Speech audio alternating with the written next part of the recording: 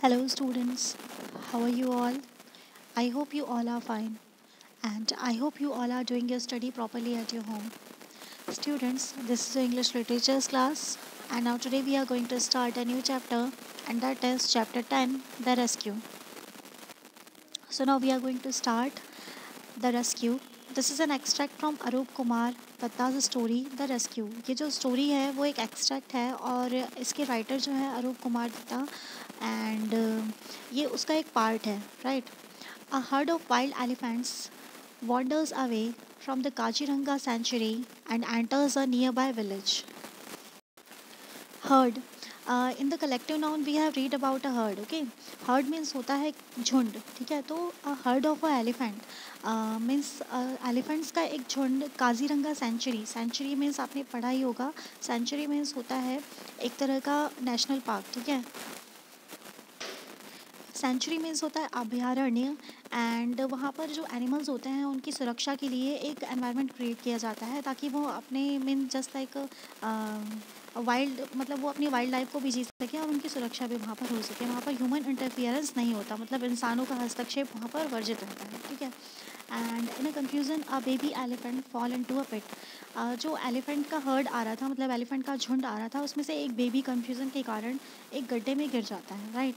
And Nalia a greedy villager catches the baby and decides to sell it. Nalia एक villager रहता है, एक mean ग्रामीण रहता है, ग्रामीण क्षेत्र में रहने वाला, एंड वो उस बेबी को कैच कर लेता है, मतलब उसे पकड़ लेता है। वो बहुत ही ग्रीडी रहता है, लालची रहता है, इसलिए वो सोचता है कि वो इसे बेच करके पैसे कमाएगा। Will the three friends Thanai, Babul and Jonti be able to rescue the baby elephant? अब हमें ये इस स्टोरी में ये देखना है कि तीन फ्रेंड्स रहते हैं, धनाई, बाबुल एंड जॉन्टी। क्या वो इसे रेस्क्यू करने में, इस एलिफेंट को बचाने में सफल हो पाते हैं? Okay, so now we are going to start. Dhanai, Babul and Jonty entered the compound of Nalia's house by climbing over the bamboo fencing. जो धनाई, बाबुल एंड नालिया, जो धनाई, बाबुल एंड जॉन्ती जो थ्री फ्रेंड्स रहते हैं वो जो बैम्बू फेंसिंग रहती है नालिया के हाउस की। नालिया एक विलेजर रहता है, अभी हमने रीड किया, ठीक है। तो उसके हाउस की जो बैम्बू फेंसिंग रहती है, इसका मतलब बाउंड्री, ठीक है, जो बांस से बनी हुई बाउंड्री रहती है उसमें कूद करके एंटर करते हैं।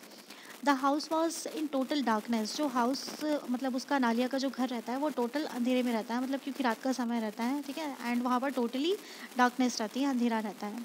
दे circle the house till they reached the crouched at the back.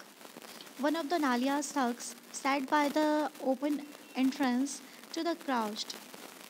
Nalia had posted a guard to watch over his treasure. The boys heard a stool. Nalia's guard was asleep.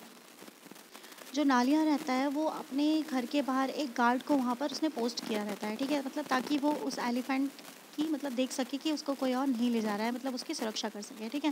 Then वो जब तीनों boys वहाँ पर पहुँचते हैं, धनाई, Babul and Jonty, तो वो देखते हैं कि वो जो गार्ड होता है वो वहाँ पर सो रहा होता है, ठीक है। Guard was asleep, right. Carefully the boys slipped pass the guard. Jonty switched on his torch. वो धीरे धीरे मतलब वहाँ से निकल जाते हैं और केयरफुली बहुत ही सावधानी से वहाँ पर स्लिप होकर के अंदर चले जाते हैं। Then Jonty switched on his torch. जो जॉन्टी रहता है वो अपने टॉर्च को ऑन करता है। On the left side of the crouched sat two massive bulls with a pile of hay in front of them. In the right hand corner, the elephant calf was tied to a thick wooden pole. Left side में वहाँ पर दो bulls बैठे रहते हैं, मतलब जहाँ पर उसने एलिफेंट के काफ को वहाँ पर कैच करके रखा होता है, उसके लेफ़्ट साइड में दो बुल्स बैठे रहते हैं, ठीक है। एंड राइट साइड में उसने जो एलिफेंट का काफ रहता है उसे एक मोटी रस्सी से, थिक वुडन पोल से बांधा हुआ रहता है। Hobbled with the ropes and the rope was tied to a pole. मतलब वो उस एक मोटी सी रस्सी से उसे बांधा रहता है चारों पैरों को, एंड आफ्टर दैट उस मोटी रस्सी को एक बहुत ही मोटे पोल से बांधा हुआ रहता है। They through the torch beam on the baby's face. जब वो बेबी के फेस पर वो टॉर्च की लाइट चलाते हैं, देन वो देखते हैं कि the three youngsters almost exclaimed aloud. A stream of tears was pouring down the baby's face. अब वो देखते हैं कि वो जो एलिफेंट का काफ रहता है उसकी आंखों से आंसू बह रहे होते हैं, okay. And it was crying, मतलब वो कहते हैं कि इट वॉज क्राइंग, ये रो रहा है। The boys tiptoed up to the elephant calf and gently stroked his back. अब वो जाते हैं उस एलिफेंट के पास एंड उसकी पीठ को थपथपाते हैं, मतलब प्यार से उसे उसे पैम्पर करते हैं. Babul wiped its tear with the end of his shirt. जो बाबुल रहता है वो उसकी मतलब अपने शर्ट की एंड से उसके टीयर्स को, उसके आंसुओं को पोंछता है. The calf responded by curling its trunk around the boy. वो जो काफ रहता है एलिफेंट का, वो भी रिस्पॉन्ड करता है अपनी जो ट्रंक रहती है, उसकी जो सूंड रहती है, उससे वो बॉय के अराउंड उसको मूव करता है. From the belt around his waist Jonty brought out a curved knife with a wooden handle. Thanai too was armed with a similar knife. Together they hacked at the rope to give the ants a fright look. They wanted to give the impression that the baby had succeeded in the escaping without the help. वो इस तरह का वो ऐसा एक knife लाते हैं mean जो बहुत ही शार्प नहीं रहता है, राइट. और वो उससे उस रोप को कट करते हैं ताकि वो लोगों को ये शो करना चाहते हैं कि वो जो एलिफेंट का काफ है वो खुद से भागा है, मतलब उसकी बिना उसकी किसी ने हेल्प नहीं की है, right. Then at last the ropes were undone. और उसके बाद वो जो रोप्स होती है वो कट जाती हैं. Babul caught hold of the rope tied around the baby's neck, meaning to guide it quickly.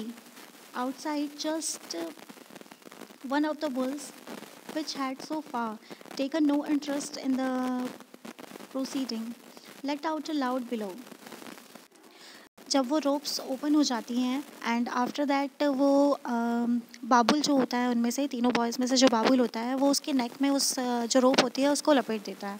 And after that जो एक बुल होता है वो उसको कोई इंटरेस्ट नहीं होता कि वहाँ पर क्या हो रहा है, has taken no interest in the proceeding. मतलब वहाँ पर जो कुछ भी हो रहा है उसको उसमें कोई इंटरेस्ट नहीं होता, बट फिर भी वो आवाज़ करता है, राइट. एंड उसकी आवाज़ सुन करके जो एलिफेंट होता है वो भी स्क्वील करता है, मतलब बहुत ही तेज़ सी आवाज़ निकालता है क्योंकि वो नर्वस हो जाता है उसकी आवाज़ सुन के. ओके. एंड जब एलिफेंट आवाज़ करता है देन आउटसाइड द गार्ड अवॉक. उसके बाद जो गार्ड होता है वो जाग जाता है. Now he is coming in to investigate. Dhanai hissed urgently, what on the earth can do? The empty shed offered no cover. The door was the only point to exit. Then जब वो जाग जाता है गार्ड, देन वो investigate करने के लिए अंदर आता है कि वहाँ पर क्या हो रहा है. एंड धनाई धीरे से बोलता है कि अब हम क्या करें क्योंकि वहाँ पर बाहर जाने के लिए सिर्फ एक ही डोर है. ओके. अब set the baby free, Jonty sad in a nervous whisper. जो जॉन्टी उनमें से एक बॉय रहता है, बिकॉज हमने स्टार्टिंग में रीड किया था there was 3 boys, Dhanai, Jonty and Babul, ठीक है. तो जो उसमें से जॉन्टी रहता है वो कहता है कि नर्वस होकर के, मतलब अपनी नर्वस फुसफुसाने की आवाज़ में कहता है दैट बेबी को फ्री कर दो, मतलब बेबी को छोड़ दो. He is our only chance, मतलब ये हमारा सिर्फ इकलौता चांस है. अगर हम बेबी को छोड़ दें तो देन वो भागेगा, ठीक है. The guard was already at the door. जो गार्ड रहता है वो डोर पर ऑलरेडी खड़ा रहता है और उस वहाँ से जाने का सिर्फ एक ही डोर रहता है.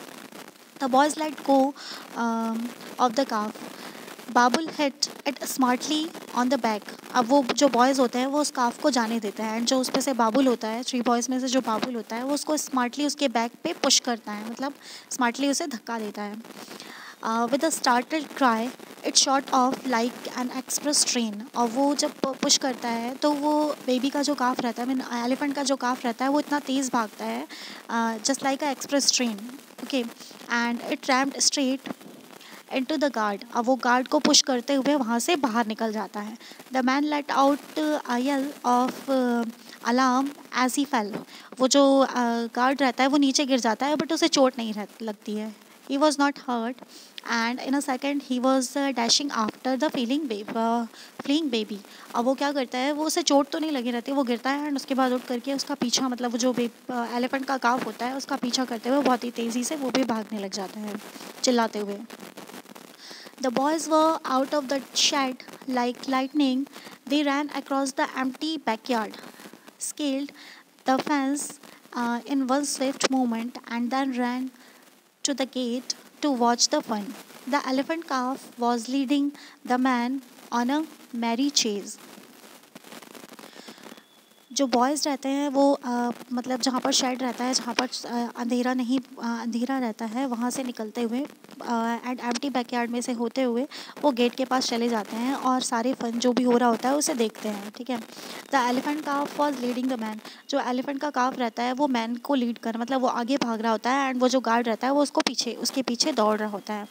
Escaped the guard shouted as he ran. The elephant calf has escaped। वो मतलब जो गार्ड रहता है वो चिल्लाता है escaped। The elephant calf has escaped मतलब एलिफेंट का जो काफ है वो भाग गया।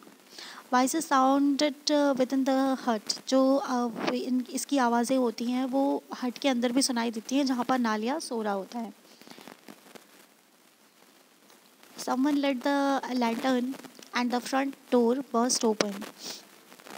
और उनमें से कोई एक लैंटर्न मतलब एक तरह का लैंप होता है उसे जलाता है। Lantern means a lamp, okay. And the front door, और जो उनका फ्रंट डोर होता है वो उसे ओपन करता है। Nalia and two others rushed out and joined in the furious chase.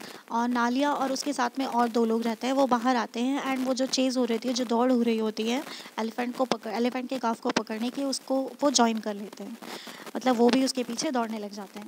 Round and round the baby went with the man in hot pursuit.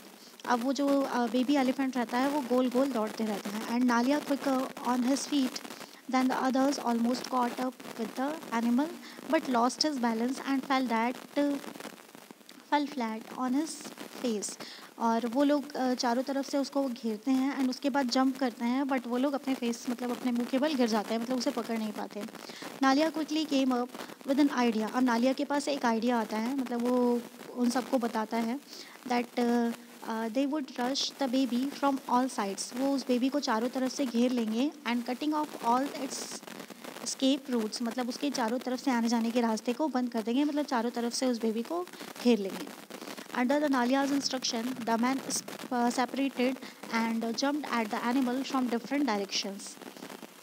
अब नालिया के इंस्ट्रक्शन पर जो चारों मैन रहते हैं वो उसको चारों तरफ से घेर लेते हैं एंड चारों तरफ से उसको एक साथ जंप करते हैं, मतलब सारे चारों डायरेक्शन से। But the result was not that they had hoped for, मतलब रिज़ल्ट वो नहीं आता जो उन्होंने सोच रखा था। The four of them banked into each other while the baby slipped through a gap and rushed blindly। अब जो बेबी एलिफेंट रहता है वो जहाँ से मतलब बीच में से जो रास्ता रहता है उसमें से निकल जाता है, वो चारों एक दूसरे के ऊपर मतलब एक दूसरे के ऊपर गिर जाते हैं। दैन स्ट्रेट एट नालियाज हट। और उसके बाद वो जो बेबी एलिफेंट रहता है वो नालिया की जो हट रहती है, नालिया की जो झोपड़ी रहती है उसके सामने स्ट्रेट मतलब वहीं पर भागता है। द वॉल्स ऑफ द हट पर वीक। जो हट की जो वॉल्स रहती हैं, जो उसकी दीवारें रहती हैं वो बहुत ही कमज़ोर रहती हैं। As they were made of bamboo, क्योंकि वो बाँस की बनी हुई होती है, बैम्बू की बनी हुई होती है।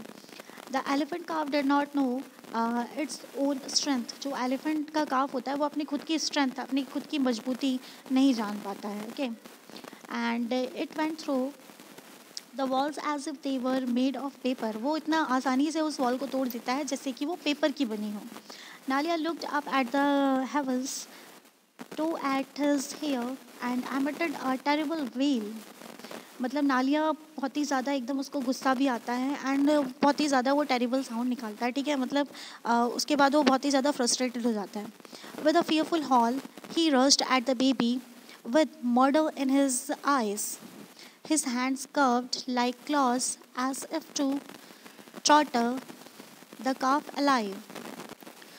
नालिया अपनी एंगर से भरी हुई आइज़, मतलब बहुत ही उसकी जो आइज़ रहती है वो बहुत ही गुस्से से भरी हुई होती है और उसे देखता है और वो ऐसे देखता है जैसे उसका मर्डर कर देगा, ओके। एंड आफ्टर दैट वो उसके पीछे भागता है। जो उसका एलिफेंट का जो काफ रहता है वो और भी सारी दीवारें तोड़ता है, राइट। अब ये जो नालिया रहता है वो कहता है गेट द कुकी। कुकी कौन है? कुकी एक बहुत ही बड़ा एलिफेंट है जो कि ट्रेंड है, ठीक है। Nalia bag the Kuki was the trained elephant. जो कुकी है वो एक ट्रेंड एलिफेंट है और वो कहता है we will have to rope the calf, मतलब हम इस काफ को उससे पकड़ेंगे, ठीक है। मतलब वो कुकी को बुलाएगा और उससे उस काफ को मीन्स रोप करेगा, बांध के रखेगा। We must do something, Babul said. अब बाबुल जो वो तीन बॉयज़ थे, बाबुल, जॉन्ती एंड धनाई, और उनमें से जो बाबुल रहता है वो कहता है कि वी मस्ट डू समथिंग, हमें कुछ करना चाहिए, हमें जल्दी कुछ करना चाहिए। If they bring the Kuki the calf doesn't stand a chance. मतलब अगर कुकी को ये लोग ले आते हैं, अगर कुकी आ गया तो काफ के बचने का कोई चांस नहीं है। कम सेट धनाई। धनाई कहता है कि आओ इधर। I knew trick that might work, मतलब मैं एक ट्रिक जानता हूँ जो कि डेफिनेटली वर्क करेगी। He led his companions far away from Nalia's hutment. वो मतलब अपने कंपेनियंस में होता है फ्रेंड्स, वो अपने फ्रेंड्स के साथ उस हट के थोड़ा सा दूर चला जाता है। And stopped at the point where a narrow trail led into the sanctuary. अब वो वहाँ पर खड़ा हो जाता है जहाँ से एक सकरा रास्ता उस सेंचुरी की तरफ जा रहा होता है। Tanai put two fingers to his mouth and let out uh, a piercing whistle. This was the trick his father, an experienced elephant man, had taught him. वो जो धनाई रहता है वो अपने माउथ में दो फिंगर्स डालता है एंड एक तरह से विसल बजाता है, ठीक है, एक तरह से सीटी की आवाज़ निकालता है। और ये ट्रिक उसके फादर ने उसे सिखाई थी क्योंकि वो भी एक एलिफेंट मैन थे, ठीक है, मीन्स वो एलिफेंट्स को टीच करते थे, राइट, ट्रेन करते थे। The effect of this whistle on the baby elephant was electric. और ये जो विसल की आवाज़ थी वो उस बेबी एलिफेंट के लिए एक तरह से इलेक्ट्रिक का वर्क किया। And with the great speed it took off in the direction from which the whistle had। और जिस जहाँ से उसको विसल की आवाज़ आई थी वो उस डायरेक्शन में बहुत ही तेज़ी से भागता है। By now the baby had cogged its own strength। अब बेबी को अपनी स्ट्रेंथ का पता चल चुका था क्योंकि अभी उसने एक हट की जो दीवार तोड़ी थी उससे उसको अपनी स्ट्रेंथ का पता चल चुका था। Then previously it had stayed away from the bamboo barrier. और उसके पहले वो जो बैम्बू बैरियर था उससे दूर रहता था। But now it ran straight into the gate. अब वो उसके बाद उस जो बैम्बू गेट था उसको तोड़ते हुए वो आगे बढ़ जाता है। The weak structure came apart and the baby was out. क्योंकि वो बैम्बू का बना हुआ होता है तो उसका स्ट्रक्चर वीक रहता है एंड वो तोड़ते हुए उसको आगे बढ़ जाता है। It raised into the waiting boys who gave it a hurried but affectionate welcome। अब उसके बाद वो वहाँ पर जाता है जहाँ पर वो बॉयज़ थे और वो बॉयज़ उसका जल्दी बट एक बहुत ही प्यार से भरा हुआ वेलकम करते हैं। Then quickly they let the baby into the sanctuary. और उसके बाद वो जो तीनों बॉयज़ रहते हैं वो उसको जल्दी से सेंचुरी की तरफ ले जाते हैं। As they enter the deep wood of the sanctuary the boys slowed down to find the mother elephant. अब उसके बाद जब वो थोड़ा अंदर चले जाते हैं, जब उन्हें इस चीज़ का डर नहीं रहता कि अब वो नालिया वहाँ पर पहुँचेगा, देन वो धीरे हो जाते हैं और जो एलिफेंट का काफ रहता है उसकी मदर को ढूंढते हैं। As if to help them the mother let out a loud and clear trumpet. और उनकी हेल्प के लिए जो मदर रहती है वो भी बहुत ही लाउड एंड बहुत ही क्लियर आवाज़ निकालती हैं, ठीक है। With a joyous squeal the baby broke loose from the boys and rushed towards his mother। और जो बॉय होता है वो बहुत ही मतलब वो जो बेबी काफ होता है वो भी बहुत ही अच्छे से बहुत ही प्यार से उन तीनों बॉयज़ से मतलब अपने आप को लूज़ करके अपनी मदर के पास चला जाता है। Okay, so this was your story. I hope you understood. Read this story 3 or 4 times and learn the question answers also. Okay, stay happy, stay healthy and have a nice day.